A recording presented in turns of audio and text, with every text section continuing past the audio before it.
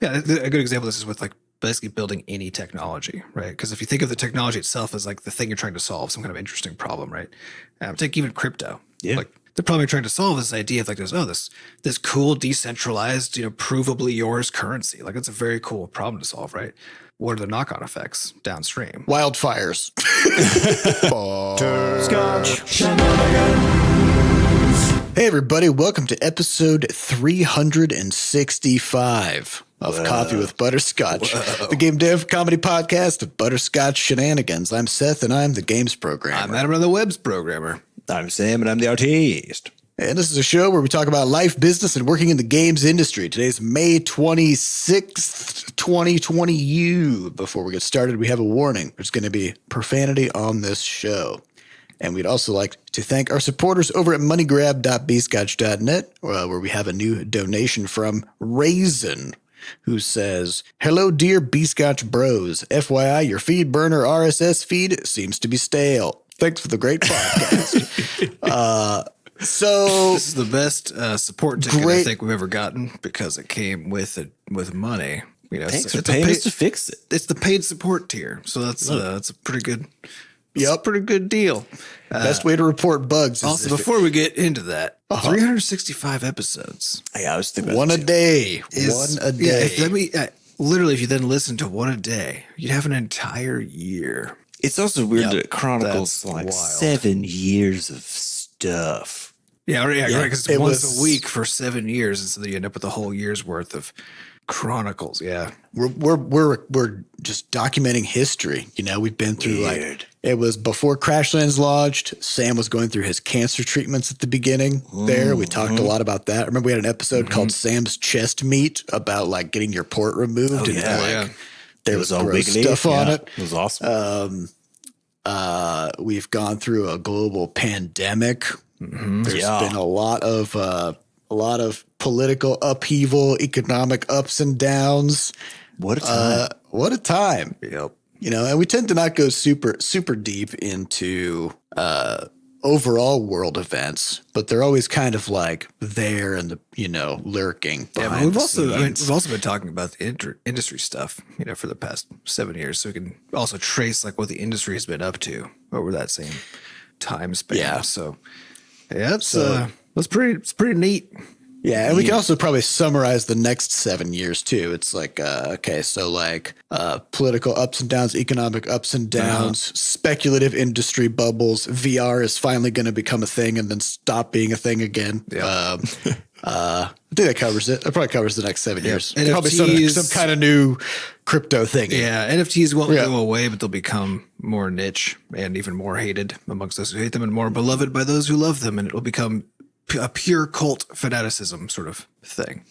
Yeah, but then there'll be the new hotness, the new hot crypto thing that also does nothing, but one or two people made a lot of money on, and then that'll go gangbusters for about 6 months in 2027. So get ready for that. Get ready to ride that wave. Yep. So you can listen to one episode a day for the next year. And by that time, you'll be 52 episodes behind. Yeah. Perpetual catch up. It was wild. That's wild. But yeah, on the feed burner note though, so you listeners now, many of you did not get the last week or even 2 weeks episodes. You should be getting this one though, because everything should be resolved so that now there's two you got to go back and listen to. But we won't really get into it. The long story short is we use SoundCloud as our host, and it's not a podcast host. It's like for people to be like, oh, hey, go check out my music on my SoundCloud. It's like that's what it's for amateur rap, I think. I think that's its main purpose. And but we've been on there for the whole time, really, I think, right? Mm-hmm. So we've been on there for 7 years. We've been rapping for about 7 years. A long time.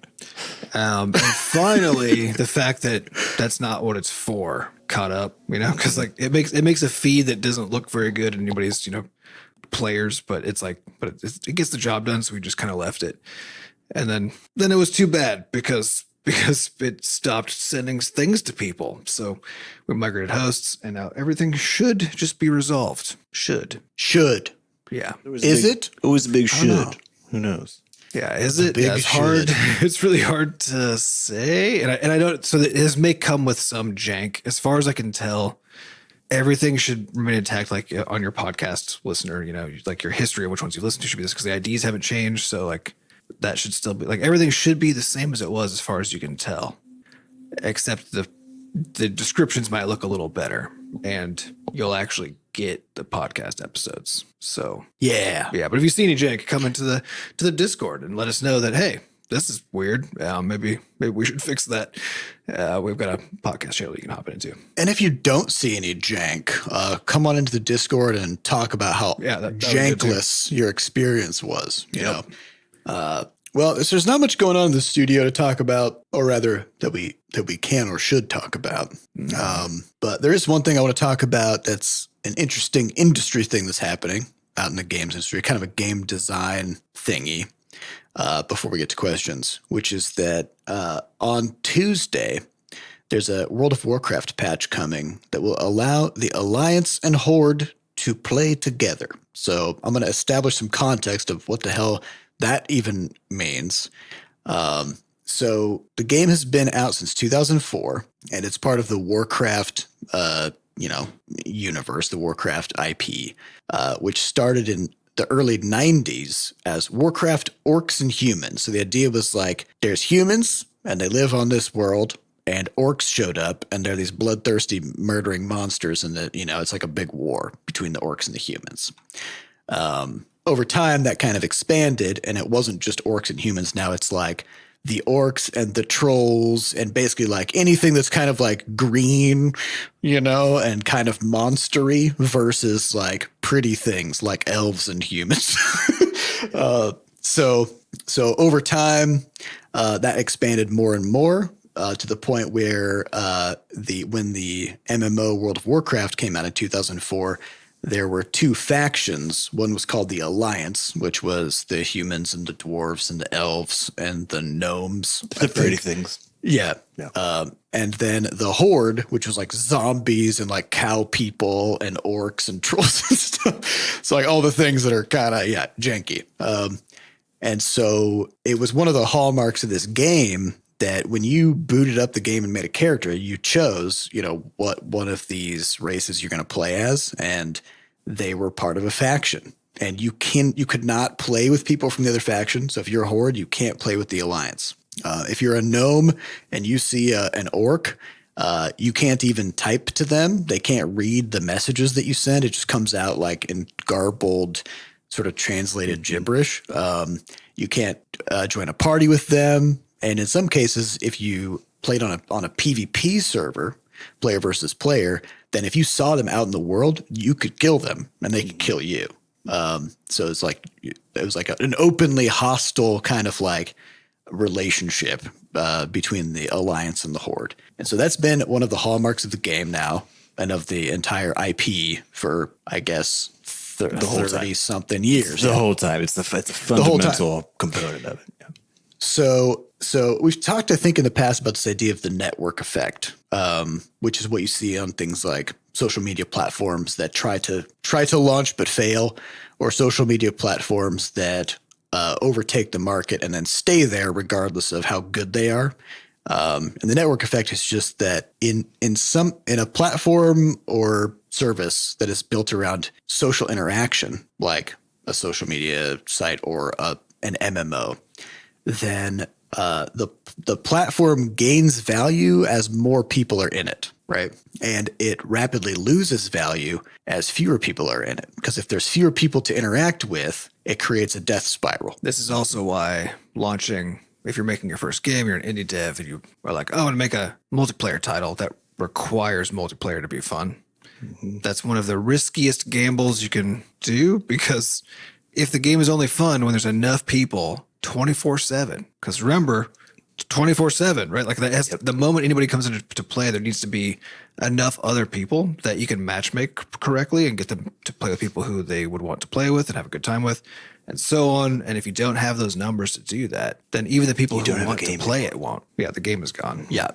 So something happened about. So there was for the longest time, the Alliance and the Horde were pretty even. it was like 50-50 or 55-45 in terms of how many people played each of the factions. Okay. And something happened maybe like 10 years ago where, so each of the different races that you can play, so who plays an orc or a troll or an elf or whatever, each one has some special abilities that actually they actually affect how powerful your character is, and they're all totally unique. So like as a dwarf, you can turn to stone briefly, which makes you like immune to poisons and diseases and bleeds and stuff like that. Everyone is a unique flavor, basically, that has some impact on people. Yeah. But there was a time about 10 years ago where a patch came out that really amplified some of the power of some of these abilities, and they all were on the Horde side. Okay. So suddenly like the Horde got really strong, and any players who were kind of like serious about wanting to do really, really well in the game, all the min-maxers, they switched to Horde over about a 2-year period. They started new characters, or they paid for a faction change to change their like gnome to an orc or whatever. And suddenly it kind of skewed like 60-40 and then, 65-35. And you're on a trajectory. By the time it hit like 70-30, Blizzard was like, oh no, we've made a huge mistake. So they tried to swing it the other way, and they amped up the alliance abilities a lot. So they were like really strong. But at that point, the network effect had kicked in and it was over. Like nobody switched back. And because you would kind of need everybody for it to. You would need enough. Yeah. So like, because also if you think about if you're trying to run a guild or something and you need 20-ish players on your roster, you're not going to go to the faction that has a smaller recruitment pool. Yeah. Right. You're going to stay where you are. And if you're on the faction that has a small recruitment pool, you're just going to find that every week it's harder and harder to recruit because one or two more people have moved, right? And so eventually your entire guild of 20 people will be like, fuck it. And then you all faction change to the other faction. And then now you were the last guild, the last alliance guild on your server or something. And now the entire alliance on that server is dead. There's nobody's playing, right? And so it's created this kind of like weird spiral, right? And so there was no amount of like game design power that they could throw at it to undo what they had done by creating that initial sort of like momentum into this feedback spiral. Loops are really something, It's really something. They're so dangerous if you don't realize that you're catching one and it's starting to go, because it's an exponential growth kind of thing, and that it's like there comes a point when it doesn't turn off. It just is going to go, right? Whether that's up or down, and whether up is good or down is good, depending on the situation, right? But the beauty of them, if it's one that you want, is that once you hit that point, you're like, fuck yeah, because it just keeps getting better. It's just going on its own. And it can't even be stopped. And I think you can see this with like large corporations, that everything that they do is like shitty. Like the products they make, this. They're just like known as bad companies that do terrible stuff. They still grow. And you hear about like how they work on the inside, and it's just full of people not able to do work, of people being abusive to their colleagues and underlings, like the whole thing. And you're looking at it from the outside, like, how does this company exist? Right? Because they had a really good idea early, and they got a feedback loop going. Yeah, exactly. They exist because they exist. They're now in a feedback loop where there's just so much money coming in and so much momentum that they can just stay insulated despite how bad of a job they're doing. Yeah. So these feedback loops are, in some cases, just unstoppable. And all of this has kind of culminated, especially over this past year or so, because there's this mechanism that's in the game. It's called the Hall of Fame. Okay. So the way this works is, for the hardest content in the game, you can only play with people from your server. So other people can't join you. So it's like very tight-knit kind of community thing. And the event that opens up that content to cross-server stuff is when 100 Horde and 100 Alliance guilds have cleared that content. Okay. So there's a Hall of Fame. Once 100 Horde guilds have beaten it and 100 Alliance guilds have beaten it, then they say, okay, we're opening up the cross realm thing. So like you can play with people from other servers and still do that hard content.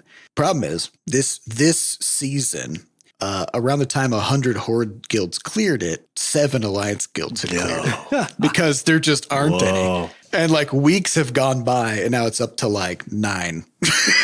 Oh, no. And the last season was similar. It's like a 10-to-1 Horde to Alliance ratio or worse, right? In terms of how many people are even playing and able to complete this content. And so now so what's happening on Tuesday is they're finally opening up the ability to play with people from the other factions. You can join a party with them. You can run dungeons with them. You can run all these, raids and do all this stuff. And when they first announced it, my thought was like, good, right? Like this is so good, because now you can play whatever character you want to play as. Yep. If you want to be a dwarf that can turn to stone or, whatever is cool to you or strong, you can go do that and still play with your friends. And it's just a pure win, right? But my initial thought was also like, I wonder how many people are going to be mad about this. Oh yeah. So, I mean, that's because I think as a game devs, like you get death threats for changing like the firing rate on a gun in a game, like a multiplayer game, right? Oh yeah. The player reaction to change is generally very powerfully negative in terms of like what feedback you'll get, right? But people who like it don't say anything because it's fine, Except in this case, everybody was excited. like I didn't see a single negative comment about this because it's been such an obvious problem for so long. That eventually everybody's like, I know that this is like part of the fabric of the lore of this game and everything. Mm-hmm. But this experience is garbage. Like having an entire half of the game that you can't play and you can't participate in, having so many people feel trapped and like locked into playing in a certain way or as a certain kind of character or whatever, just because of this like social feedback loop. It sucks, right? Mm-hmm. Nobody likes it. And people do want there to be both of those sides of the game. And so it's just like universally across the board, players were just like, oh, thank God. Like for the health of the game, this is such a good idea. Mm-hmm. This is one of the only times I've ever seen something like this. Yeah, it's like when we got rid of daylight savings, but it was like, because there's like in the United States, there's no position that a person could take that's like too absurd, and there's no position that's so obviously good that a person could take that people won't fight it, except for the one exception of daylight savings. something that is such a universally bad experience for everybody. Everybody hates it. Did that actually end up passing? Was that a thing? I'm pretty sure it passed. Yeah, I thought it did, but I didn't hear anything after that because it doesn't matter until the next time it's supposed to happen. True. So I'm not. I hope so. I'm pretty sure it happened, but I don't know all the details. Yeah. So every now and then one of these things happens. But yeah, I thought this was kind of an interesting sort of like an interesting demonstration of how these little balance tweaks and shifts to numbers can accidentally create sort of a social feedback loop that you can't design your way out of it now without some kind of sort of like throwing a wrench in the gears, right? In this case, basically saying like, okay, now you can play whatever character you want, and you can still play with your friends, right? And like that was the true problem, at the root of the whole thing. And so now there can't be a feedback loop because it doesn't matter anymore, right? Just like break the wheel, right? Yeah. Well, it's also a reminder of like when you're trying to balance stuff too, because thinking outside of because like here the levers I've been trying to pull the whole time are trying to make sure that the characters on either side of this divide are roughly equal, and then they just keep on balancing the levers over time to try to keep stuff shifted to have a roughly half and half split, right? When they could have just decided not to have any of those levers at all to pull by just saying, there is no divide. Let's worry about other stuff instead and just not do this, right? And there's a lot of stuff like that there's going to be a solution like that that's like obviously fixes the problem, but feels like such a absurd, like, such a path, shift, you know, because here they're like, oh, we have too many players over here. Let's just get rid of the fact that players are on different sides, right? Like that feels like a huge change in the overarching design and goals and, like, you know, everything. But in this kind of a case, like if you really like drill down into all the details about what people play the game for, and what the player's experience actually is, and then it's one of those cases where now you have to ask, like, is it worth holding on to this old design that you had, right? What is it actually doing? What's it doing more harm than good? Yep. Get it out of there. There's a lot of stuff like that. Yeah. It's hard to spot.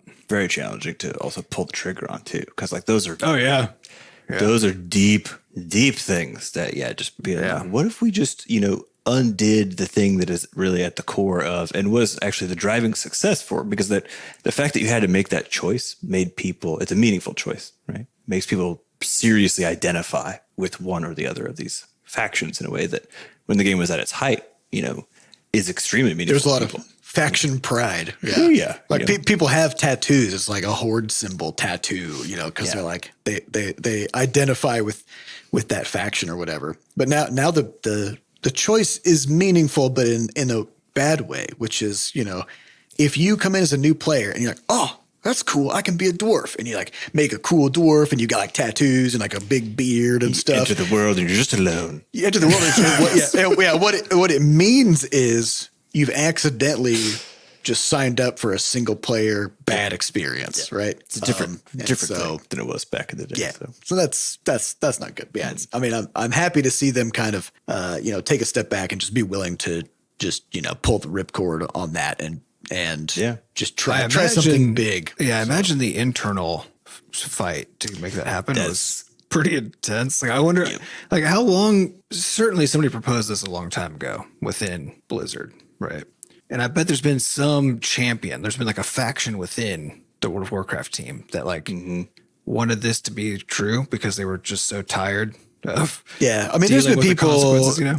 Yeah, like there have been players who've been advocating for this for, you know, a decade. Oh, I'm sure. But it's only been, you know, until recently when like so many of the systems in the game have just utterly broken down because of this problem, right? Mm-hmm. That you can't dispute the numbers when you have like the top, I think it's like the top 3 servers in the world are like 99% Horde players, 1% Alliance players. You know? So at that point, it's like, all right, we've spent all this development time making this entire half of the game, like entire quest chains and cities and zones and everything, and nobody gets to see it. You know, and it's like, okay, brutal. Like what a waste of everybody's time, you know? So at the very least, there's an economic argument for it, for sure, right? Yeah. Which is, but you can see that there's so many arguments against that model, because if your goal is to create content that people get to choose to experience, but also to create enough stuff that people just have plenty of stuff to do, right?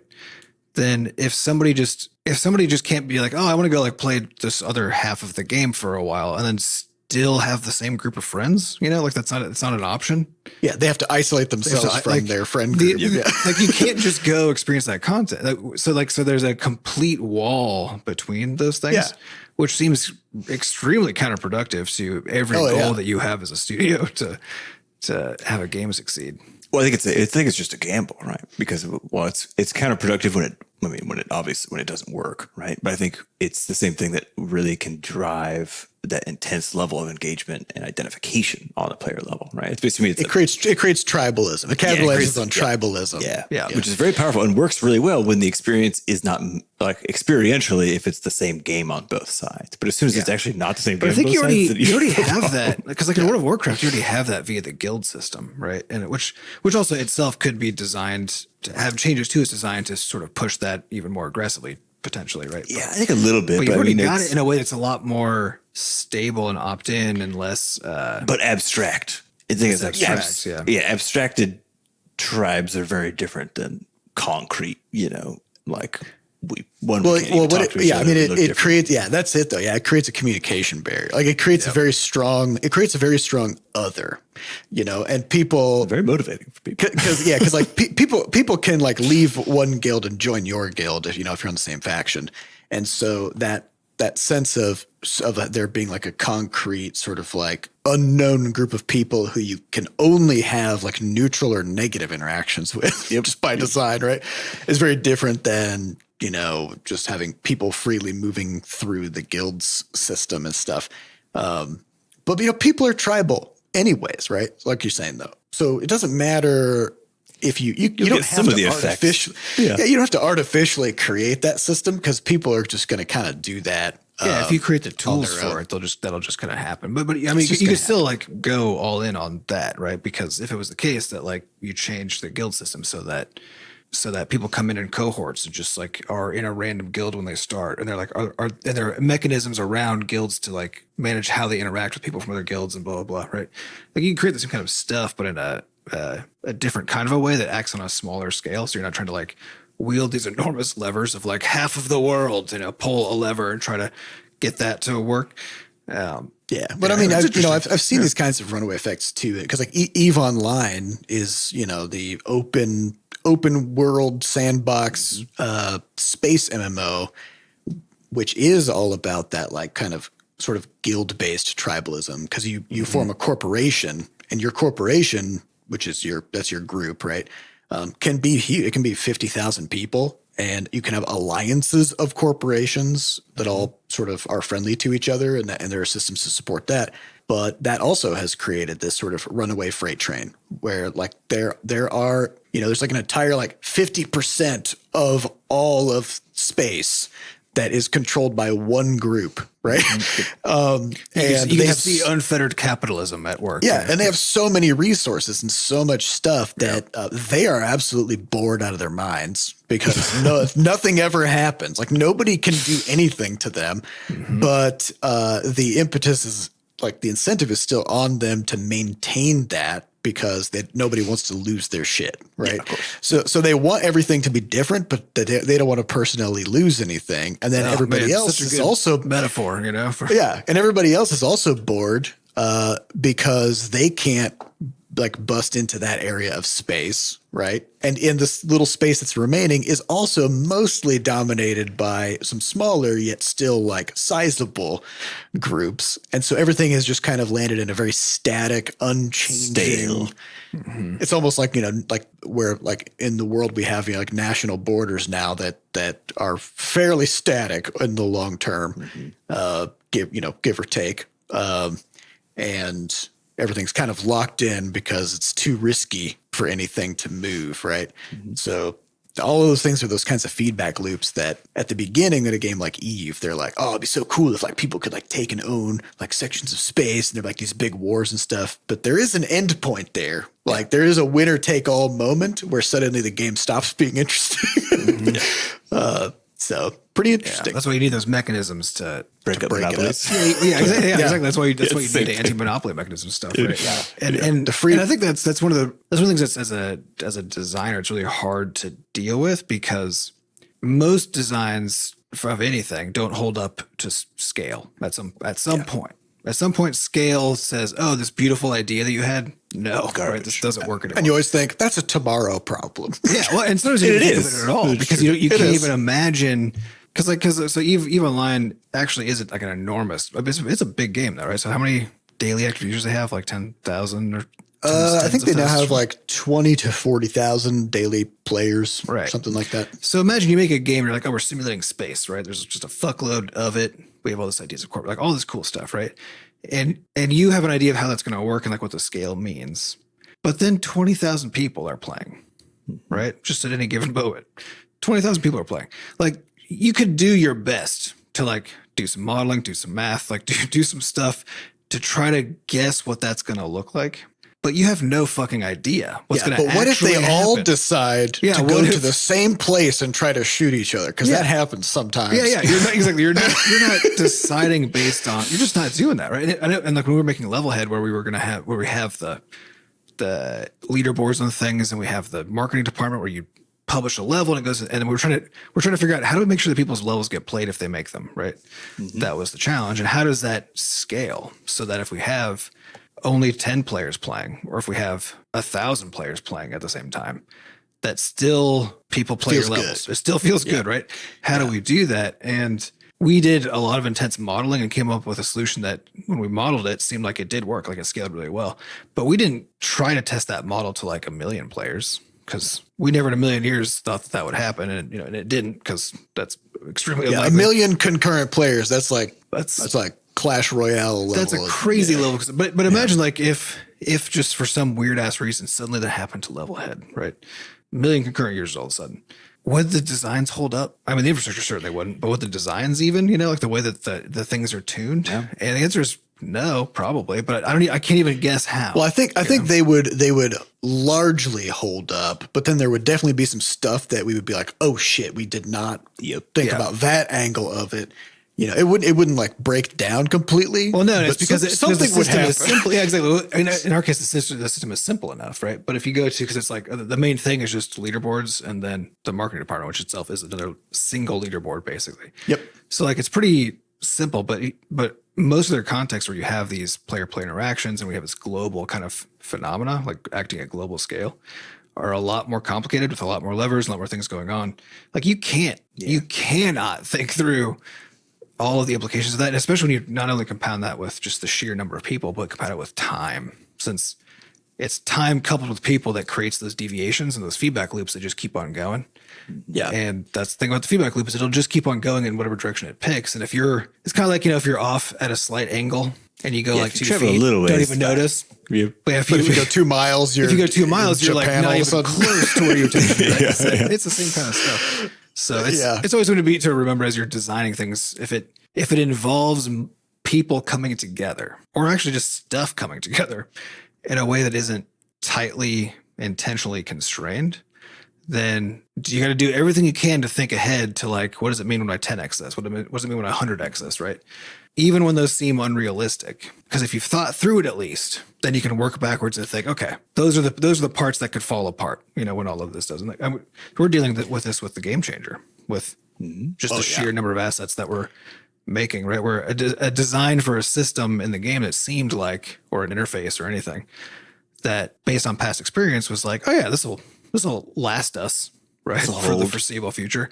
And then a week later, we're like, fuck, it's already like too hard to navigate, or it's already too slow, it's already too whatever, because scale means something different now than it used to. And we're in that context struggling to think through it, right? Yeah. It's simple stuff like, let's say you've got some kind of a recipe in the game that gets unlocked by a quest or something, right? In Crashlands 2. Well, if recipes can be unlocked by, let's say, like quests, or they can also be unlocked by an achievement, or by, you just like find it or something, right? So what if you've got 3,000 quests and you've got like 500 research nodes and blah, blah, blah. And any one of those could be the thing that unlocks this recipe, right? So you're editing that recipe and you're like, okay, and I'm going to go into the unlock field, and then it's like, boom, here's 4,000 options. Yep. What unlocks this? That could unlock this. Yep. Yeah. And then you're like, so how do you navigate that? Do you have things sorted by folders? Because whoever chose what folders go into, that made sense to them. Yeah. But do you know what folders to look in to find the thing? Or if you have a search box, you start typing, what if something is named slightly differently than what you think it's named, and you can't find it, right? What do you do? So suddenly when you get to that level of scale, you need all kinds of ways to filter things and view them and compartmentalize them. That's very different. Than if you have 10 things, you just put them in a list and you're fine. Yeah. Right. Yeah. And you'll see this with any tooling out there that's meant to handle stuff at scale. Where they'll have things like, you can save a filter, you can save a view, you can save a search. Mm-hmm. So it's not just that you have a search history of like the last, but it's also you can literally name a search and save it, so that you can name this thing stuff that is relevant to this thing, right? And then now people can find, and we've all dealt with this, like if you use Google Docs or similar services, right? Mm-hmm. Especially in our case, like running a business through that, where we store a fuckload of stuff in Google Docs. It's like, everything under the sun is in there. So if you want to find a thing, documents. Yeah, and a constant challenge, or Dropbox is where stuff historically has been too, right? So like if I want to find, say, like an art asset, like in our Dropbox, not a chance in hell I can find it, right? Because it's all folders. Because it's all folders, and it's under Sam's organizational schema, which will make sense, but I can't possibly know what it is, so I don't know how to even start the logic chain of like working through it, right? Because historically, something like Dropbox didn't have good and still doesn't have good systems for search, for tagging things, for like adding metadata that becomes searchable, right? And this is why the focus in lots of these, especially newer things that are focusing on scale from the just immediately out of the gate, is everything is about search. It's just searchability all the time. And how do we make things more searchable? And it's exactly that. This is there's the thing we talk about a lot in the podcast is the idea of working for scalability, but not scale. Not having scale be the goal, but having scalability be the goal. Mm-hmm. Because scalability then allows for scale, but it also makes everything else better. But it also allows you and forces you to think ahead to what's going to happen to the stuff that you make when it's not at scale. And you'll design those things better because stuff that's designed to handle scale is going to be more resilient, more robust. Flexible. It's going to be easier to work with, more flexible. And then if you do happen to also need to deal with scale, just hit my computer. If you do need to also deal with scale, now you can. You know, you're like everything is ready for that. You're not doomed. Yeah. And if you don't have to scale, everything's going to keep working smoothly, and you're not just waiting for it to suddenly hit that point where it crumbles, you know, because otherwise it does. Just this week, like my thing is we're working on doing like adding some like ability system for Crashing's 2 into the game changer. And there's lots of different things that abilities can do. You know, they can like do damage, or they can heal, or they can do all kinds of other weird stuff. Oh, I should just provide some extra context. When Seth says the ability system, like he's using in the design, the ability means literally an interaction, right? As in like an action or an interaction. So like picking something up off the ground, picking it up, that's an ability. Slapping something, that's an ability. Hitting something with something, that's an ability, right? Like almost anything that happens is an ability. Yeah. So it's huge. So it needs to encompass a huge number of different possible like requirements and conditions and outcomes and filters and, you know, like, oh, if I use this on this, I get this, right? All of that kind of stuff. But that means that, so up until now, whenever we had options in the game changer, it was just a little arrow. So you would like press right or left and it would cycle through the options, right? That's fine if you've got 4 or 5 options. You just hit the arrow a couple times till you find the one that you want, right? What if you've got 30? Yep. Okay, now you need a drop-down menu. But what if the drop-down menu is taller than the screen?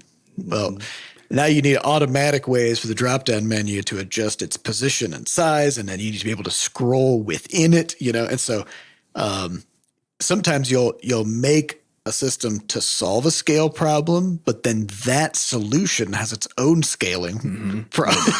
Well, they always so you just it's fractal. You just gotta that's the reality. It's like every time you push into one of these scale problems, you know, you are creating a solution that sort of hits whatever that next sort of nth degree is of scale that you can foresee the whole thing working for and with, right? Which I think it seems like it's the way to do it. You just keep it open-ended enough where you can sort of grow the space. So you're like, wow, that's so much more space. There's like, it's going to take a long time before we really fill this up. And then, of course, inevitably, when you do, then I have to ask the question, okay, well, how do we do this again? How do we open it up even bigger? What I think is fascinating about it. Sorry, go ahead. What I think is fascinating about it, though, is that the sense of change on the dev side for a game like Crashlands, as we've been developing it, versus basically any previous game, which was that the problems we're dealing with now are just essentially just scale problems. Yeah. And it feels very different than the dev before, where the dev before felt more like it was a lot of struggle on like just a way lower level of just trying to get. Yeah, it's like all the details, you know. It was all allocation of manual labor was the previous problem. Yeah. So it's been, you know, we talk about you start designing solutions that put you so that you're ideally you're annoyed by things that you would prefer to be annoyed by. You know what I mean? Like your problems are better problems to have. Which, I mean, honestly, solving this sort of scaling drop down issue doesn't necessarily seem like it's game dev, maybe for a listener here, but like the reality is that's what enables all of the dev. You know what I mean? Like all this other stuff to happen, and so it's the way we started choosing our problems very differently than what we've done in the past. Well, and it's about cognitive load, weirdly, right? Because like if you clicked on something, so like in the example of, you know, you click on a recipe and you get a list of 3,000 quests or something that you could select, right?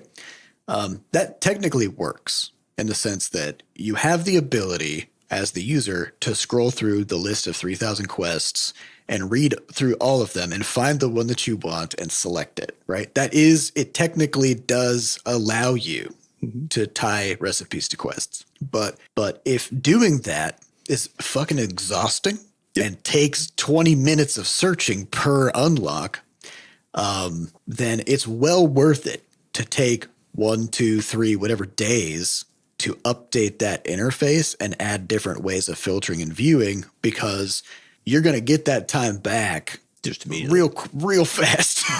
Like within the next week, you're going to get that time back. Then you're going to run into some new scaling problems, because suddenly there's going to be way more quests and way more recipes and way more quests linked to way more recipes. And then it's on to the next scaling problem. But at least you've solved, that one. And it's always worth it.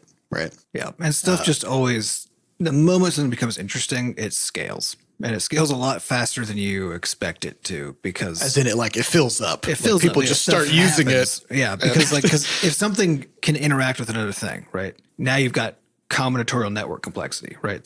Just the moment two things interact with each other, then scale, now the sky's the limit. It just comes right off, right? The moment you create a new tool, it lets you do things faster. Okay. Now you just have more of that thing. So now that created a new downstream scale problem now, right? Yeah. Every time anything interesting happens, the end result is a scaling problem. Every fucking time. And every time you fix a thing that sucks, what you do is, now that the thing doesn't suck, is you've created a scaling problem because it doesn't suck. So now you do it more. You've opened the floodgates. People are into it now. So paying attention to scalability is actually really essential to having things feel good and be possible in the long term. But it's really, really easy to not pay attention to, because it requires, imagine a scenario that may not even ever happen, but that certainly isn't the current scenario. Where it's not focused on how do I fix the problems I have now, but it's how do I fix that while also knowing that this is going to create new problems later. Yes. And already have a plan for that in some capacity. And that's a much bigger challenge. Yeah. I mean, we somehow landed on scalability just as at the core of everything. So we've got one question which goes back to this also. This question comes from podcast.bscotch.net, which comes from Challosis, who says, how many engine bugs have you sent to Game Maker HQ? I'll say quite a few, but it's about to be a lot. It's about to be more. It's about to be a lot. Because we got tired of doing it manually. And because our submission process was not scalable. Yeah. It was all manual. And this is one of those where you're stuck with somebody else's thing, So in the case of Yo-Yo, it's like they've got a bug portal where you can go in and you sign in with your account, and then you fill out a form and upload some stuff and then submit it, right? But before you do that, even, you have to first have discovered a bug somehow, right? So that you know what it is, and you have to then have tracked it down to identify what the problem is, and then create a new project that tries to only cause that problem in a minimal context with nothing else going on. You got to isolate it and create something fully reproducible so that you can hand it off to, I guess, at the time, Yo-Yo Games, now just straight up Game Maker. So you hand it off to Game Maker and you say, hey, look what I found. You have everything you need. And just push the play button. Just push the play button. You can see it, and then you can fix it. And of course, as people who make software ourselves, we know why they do that, which is if they didn't, they would have far more bug reports, none of which they could actually act upon, right? Because they don't have. So their way of controlling basically one of these scale problems is saying higher upfront costs for someone putting in a ticket, right? Which is to say you need to provide a project, which is actually a very good way to do it. Because it's exactly what they should do. It's just that they've made it, everything about the design of the engine itself makes it really challenging to then do all of that work to get there, right? And so that's kind of the problem that we've been dealing with this problem the whole time, which is every time we hit a bug, it's usually Seth finding it in some very weird, very specific context in the middle of a Crashlands 2 design thing, right? Or whatever current game we're working on. And he'll find it. He'll spend hours trying to figure out what the fuck is going on, and then finally figure out where it's happening. And then now he has a decision to make, which is if I can work around it, then who cares? Then I'll just work around it, because that now that he's already found it will take maybe no time at all. And now it's just worked around. That's just now an engine bug we know exists, but we haven't reported because it's too hard to report. What has to happen for Seth to report it, right? Well, now he has to go make a new project. Try to figure out, can he create the same enough scenario? Like, how specific is the scenario, right? And I have to describe it in a way, like in a fully detailed way that's understandable. That has the minimum number of moving parts, but that somebody else could pick it up and easily understand it without having to reach back out to me to ask for clarification. You know, so you got to do a lot of explaining. And in games, reproducibility is really hard because games don't. Well, I guess some games more than others, but in general, games have a lot of stochastic kind of stuff going on, a lot of randomness, right? And a lot of moving parts. A lot of moving parts and a lot of state complexity. By state, I mean like what all the values of all the variables are at any given moment. Just like all the stuff that can be different in the game, right? If you take like two people playing the same game, seemingly going through the same steps, right? And then take a snapshot of like what is going on in the internals of the game at the same time. There could be like a million different things. They could be completely different. And so creating stuff that's reproducible and it takes place over time, you know, where people like put in a bunch of input. Like it's just so complicated to reproduce this stuff. So the end result is very frequently, I would say definitely most of the time, that if we can work around it, we just work around it. And we don't even bother leaving a report because there won't be a point leaving a report if we don't have something reproducible with like all of the context required to explain it would take so much time. It just takes so much time. And again, importantly, from the bottleneck of our studio. Yeah. Which is programming. That it's only been worthwhile in pretty extreme cases. So I guess short answer is we have reported quite a few bugs here, but percentage wise, maybe 10%. Quite a few. Not quite a few. Yeah. It's the ones that we've reported definitely are always the ones that we can't work around or that cause a big enough problem for us. You know, it's a cost benefit, right? Like if it's going to take a few hours to reproduce this thing and submit this ticket and blah, blah, blah. But if it would take 15 minutes to make a workaround, we make the workaround, right? But if we can't make the workaround, then we're stuck. So then we have to eat that several hour like reproduction cost and then wait. And then also we also have the problem of follow up, which is, you know, patch notes wise, it's kind of hard to decipher because we don't actually see all of the changes that come into the engine. And so sometimes a patch will come out and we're like, well, is our bug fixed or is it not fixed? And then we've got to go test it ourselves and sometimes to answer that question because like we will get to patch notes eventually for some of these things, but not necessarily immediately, right?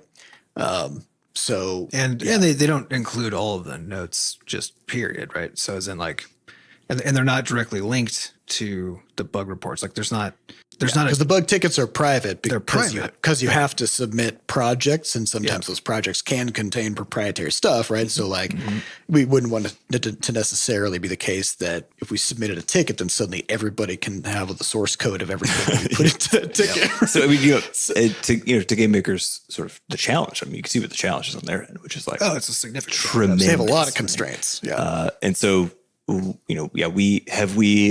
done much to actually make it easy to lower the cost then for us to report bugs, which is again is actually good for everybody involved if we can figure that out, right? Because their engine gets much more actually powerful over time and more robust, right? It's about lowering the cost to leave actionable bug reports, right? Because that's that key part. And like a company trying to prevent just time wasted by their staff on stuff that somebody could have got an answer for themselves very easily, right? That's where you see like knowledge bases and things that appear on websites.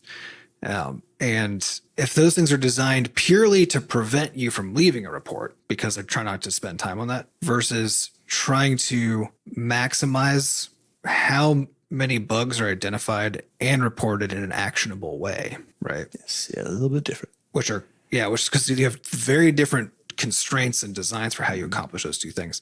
And most things just basically make it hard to do. And that's the whole thing. But they don't make it easy to do the right thing. They just make it hard to do all of the things, right? And so that's kind of, and it's because it's a lot easier to do that, right? It doesn't even have to be intentionally hostile, right? Which is like, it's easy to feel like that's what's going on. But I think most of the time it's a hell of a lot easier just to be like, well, we'll just require you have to literally upload a project. There's an upload button. And if it's not there, can't even submit it, right? So we just make it hard. You just go, my basement is flooding. I'm just going to turn off the water main and like, sure, I can't take a shower anymore. Or can't whatever, do anything else. But my basement's not flooding. Exactly.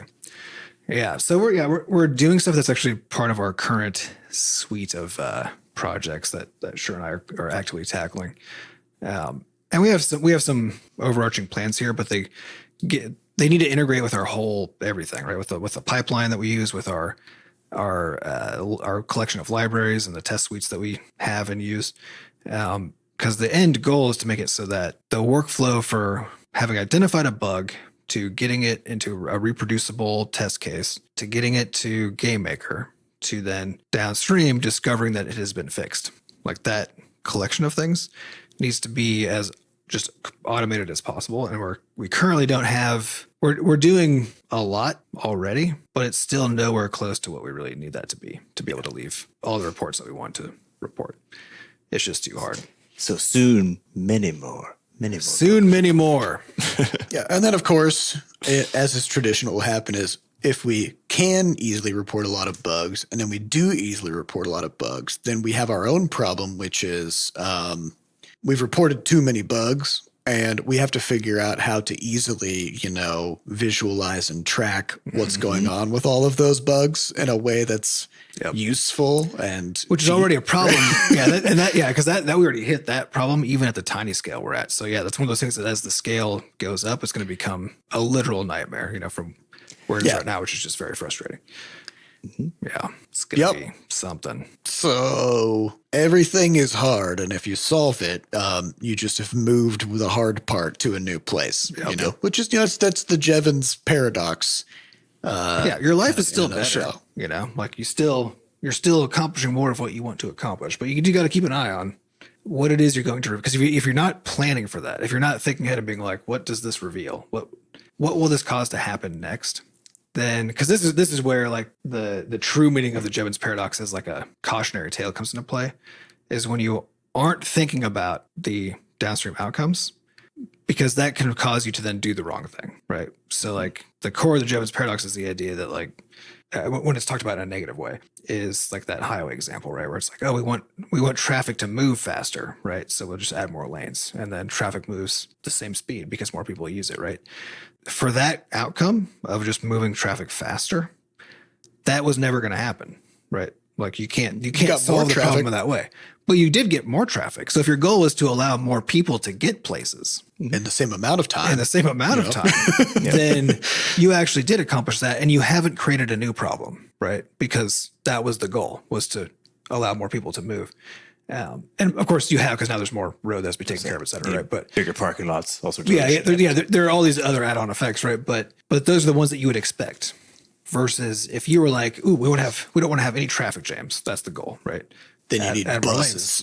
Yeah. Then now all of a sudden, like you add those lanes, and now more traffic moves through, and so now you've just changed the shape of what it means to try to solve this problem of having. Well, it's also about being able to zoom out and think about what the real problem is, right? Because if you're like, man, we need to allow more traffic to move through. Yes, right. Then you need more lanes because traffic is cars, right? Mm-hmm. But if you say like, we need to allow more people to move through. Yep. Right. Then it's not about getting more. Yeah, it's not about getting more cars through the system. I think to me the big and the fun lesson from all of this, which we've experienced time and time again, and it's sort of the point that even a big success, which seems like it should make you very happy, will inevitably destroy you, basically, because the reality is that any improvement here, right, at this particular problem, this particular junction in a workflow or whatever, creates downstream problems, right? Because of the scaling issue. So, if you go from a team of two people and you've not had much success with your game, like, you got a very particular kind of problem, right? But then you have a huge success with your game. Now you still just have a shitload of actually very highly pressurized problems now in other places, right? And I think this is the note, which is like, if it's the case that your intent is to sort of like escape this, well, I mean, there's no escape. You will never not have problems. Yeah. So you can't be defining but you can have better problems. Yes. That's always the goal. But I think that's the understanding. It's like, if you ask the question like, okay, where's our current problem? What are we trying to do about it? And then the final question, and what problems will solving this exacerbate? because it always. And do I prefer exacerbates those something. problems? Yes. Right? Because if the answer to that is yes, then now you're like, cool, now we can make the move, right? But if the answer is, oh shit, wait, no, Do I want that that problem? actually, Yep. let's maybe go find some other problem to solve and not this one, because the downstream consequences I do not like. Yeah, I mean, and you can see, like, a good example of this is with like basically building any technology, right? Because if you think of the technology itself as like the thing you're trying to solve, some kind of interesting problem, right? Should take even crypto, like inventing crypto, right? The problem you're trying to solve is this idea of like this cool decentralized, provably yours currency. Like, it's a very cool problem to solve, right? What are the knock-on effects downstream? Fuck lets people go Wildfires that make the world burn faster, and it can't be stopped because of its decentralized nature, right? And it immediately goes into like the illicit underground realm, like instantly, because it was very useful in that context, right? So you're enabling a whole bunch of stuff, right, that you may not have thought about wanting to enable, and then you're creating these new speculative markets that are crushing people financially, right? So you could say like, oh, I'm just trying to solve this problem that there's not like such thing as a digital currency, right? But if you don't think ahead to, But if you said like, if everybody in the world used this, we would boil the oceans, right? Yeah. And it's like, okay, maybe I need to adjust this thing a given little that what bit. always happens with a scarce good, whether it's physical or digital, is it creates a speculation. If it's successful, what success means for those is not, it's a currency now. It's always, here's a speculation bubble, right? So that was the only ever inevitable outcome of inventing that. And it may be that the person thought through all that and they were like, yes, I do want those problems. I would prefer having this currency thing to not having all of those terrible things happen, right? Like, absolutely, that could be what happened. But more likely, the person was like, oh, I'm solving this problem. And they didn't think through. Or even, I mean, here are the the reality is just that some of these things, some of them are so deep in a chain that you could think to the next. Usually the I'm next also like not one or saying two. you should be able to necessarily predict. Because Yeah. you can't necessarily. It's like, extremely that's hard. Whenever you track some of these, even like that's why I love some of those historical points about. I think there's something about like the size of the first rocket or something like that had to be constrained by a particular tunnel that they had to get one of the manufactured parts through, and the tunnel was built in like the Roman time. So it's like, okay, I mean, it's not like when you're building that fucking tunnel as a Roman person, you're like, but when it constrained space travel in 2,000 years. You know what I mean? Like, how big of a thing can fit through this tunnel? I mean, well, obviously, like, the biggest thing that I know of. The biggest. Well, So that's a great example of just the fact, as you're saying, that you cannot like know with any certainty what's going to happen, and that's the core lesson, though, is to anytime you're solving any problem, never for a second think, oh yeah, like I know what this is going to do when I solve this, right? Because what people do is they do exactly that. And they also don't look very far ahead at the same time, right? Is they're confident that they just laser focus on, here's the problem, here's a solution to that problem. And I know, and once I've solved it, this problem is gone, right? And that's the whole thing. And then they think that that's all that there is. And even when they do think ahead, usually they still think that that's all there is. And I think that rocket example is a fucking perfect example of ridiculous. Yeah. Like the idea that somebody builds a fucking tunnel 2,000 years ago and that constrains space travel for 2,000 years, right? That's fucking cool and wild and also horrifying as a reminder of like, you cannot know what is going to happen. And so that's what proceed cautiously, right? Proceed also not the cautiously. case. Remember, every change is also a problem. And so before you make a change, good or bad, take a beat. Think. But there are things that you want to happen, right? Yes. Yeah. And you do need to answer the question of if that thing happens, then what? Right? So in the case of something like Bitcoin, right? If you say like, I want this, I'm calling it a cryptocurrency because I want this to be a currency. I want it to be something that Has value. hundreds of millions of people use to exchange stuff and whatever. Okay. If that were true, then what would potentially be the consequences of that, right?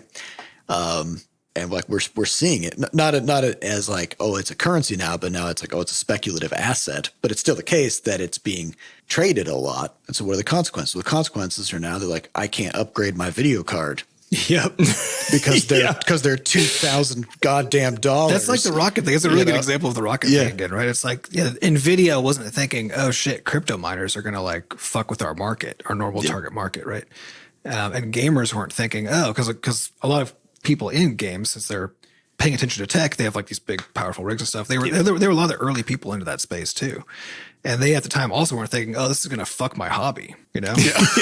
They weren't like, why would you think that, right? Because you have to think so far ahead to what that means. And I think it's one of those, it's like hindsight, so easy. It's all a straight line, right? And it's all stuff that you look at, you're like, oh, it is obvious in retrospect that like, using sheer compute power to generate a digital resource means that you have to use the things with the most compute power. And therefore, if this thing is successful, you soak up all of the compute power, right? That feels like, Well, and more importantly, that if the thing becomes highly sought after, then more compute power will be consumed, just purely for the sake of trying to get this stuff. But I do want to say, and if it becomes exponentially more costly to do over time by design, you soak up exponentially. Then more the carbon compute footprint is astronomical, and that's by design. And the limiting of the resource for other purposes keeps. Yeah, I do want to say that there's because it's this is all true. At the end of the day, it still is the case that 2,000 years ago you need a fucking tunnel, right? And so it's one of those like, it doesn't mean don't. It doesn't mean don't. It just means like just think at least just recognize that you were never just solving a problem. In solving a problem, you are creating additional problems, and just think about what those are going to be. Try to think like one or two. If you go 2 layers deep, if you could go 2 layers deep, usually that's far enough where you're like, maybe don't. And do it this way or don't do it that way. Yeah, and also more positive framing on it too. It's not just that, is that basically because change leads to change is really what it is, without the positive or negative part on it, right? Yep. And so when you do decide to make a change somewhere, not only do you create new problems, right, but you also create new things that can be solved that previously couldn't be solved, right? Mm-hmm. And so the more high level way to think about all of it is just that any change you make changes the context, and that change in your context propagates out to literally everything that can be touched by that, just everything, right? And if you don't take the time to really look at the full context in which this change is being made and try to predict how that change propagates into the rest of it, then all you're going to find every single time is, oh shit, that was unexpected. And maybe it's good, maybe it's bad, right? The thing that you didn't expect. But you're basically going to run into something unexpected. Or if you don't, you'll not have realized. So basically, anytime you've made a change and it like went beautifully and you're like, oh yes, I did it, and that was the end. Well, you just haven't realized yet that you've changed your context in such a way that there are other changes you should also be making to now compensate, right, for that. And it may be that they're not like hurting you and it's not that big of a deal, and that's all fine.